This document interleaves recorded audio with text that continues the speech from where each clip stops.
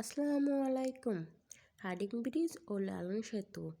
Herding bridge 1889 খ্রিস্টাব্দে তৎকালীন অভিযুক্ত ভারত সরকার আসাম, ত্রিপুরা, নাগাল্যান্ড, উত্তরবঙ্গের সঙ্গে কলকাতার যোগাযোগ সহজতর করার লক্ষ্য পদ্মা নদীর উপরে নির্মাণের প্রস্তাব করে।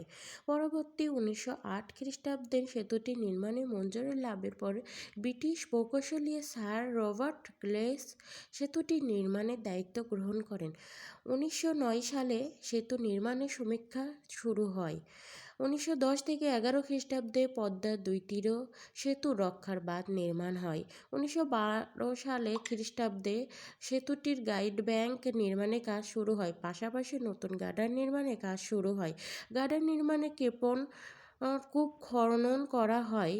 24,000 শ্রমিক দীর্ঘ 5 বছর অক্লান্ত পরিশ্রম করে 1915 খ্রিস্টাব্দে সেতুটি নির্মাণ কাজ শেষ করেন।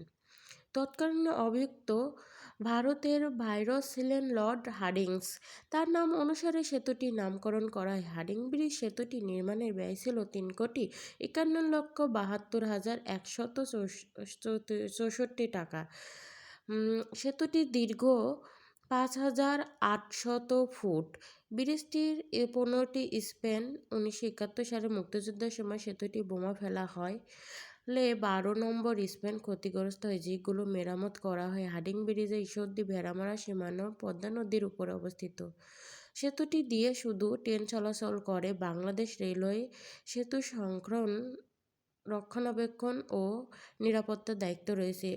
2015 খ্রিস্টাব্দে হার্ডিং ব্রিজ নির্মাণে শতবর্ষ পূর্ণ হয়। জানা যায় এই সেতুটি তৈরি করতে 25,000 শ্রমিক 5 বছর সময় লেগেছিল।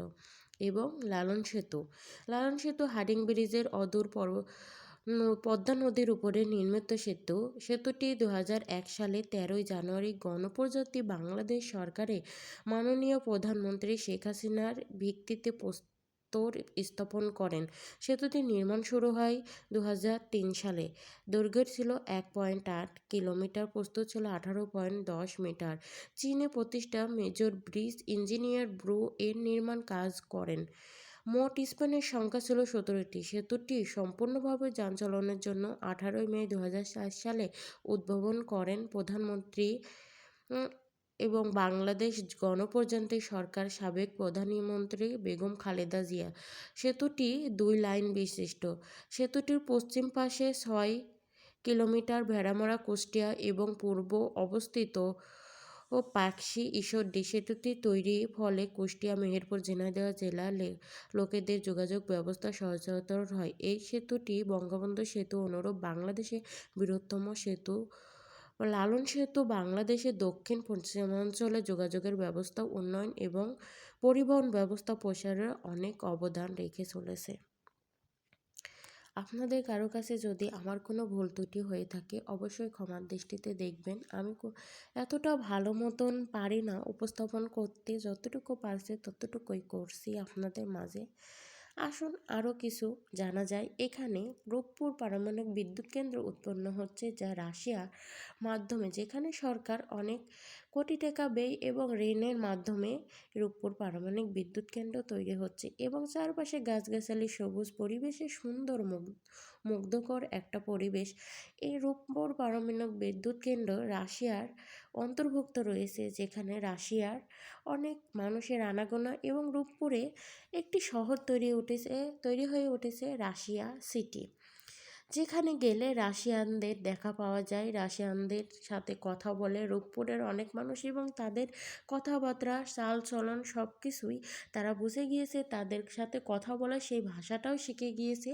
রূপপুর মানুষের মুখে মুখে আলোচনায় এখন রাশিয়ান সিটি রূপপুর। যাই হোক, আমার কিছু যদি ভুল হয়ে থাকে অবশ্যই ক্ষমার দৃষ্টিতে দেখবেন।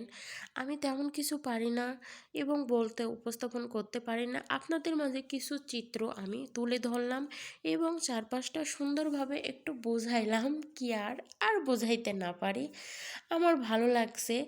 এবং দেখুন, অনেকখানি ভিডিও করছি আপনাদের মাঝে শেয়ার করার জন্য, যা বড় বড়, এটা কি বলে আমি সঠিক জানি না, কিন্তু আমার কাছে ধন্যবাদ সবাইকে।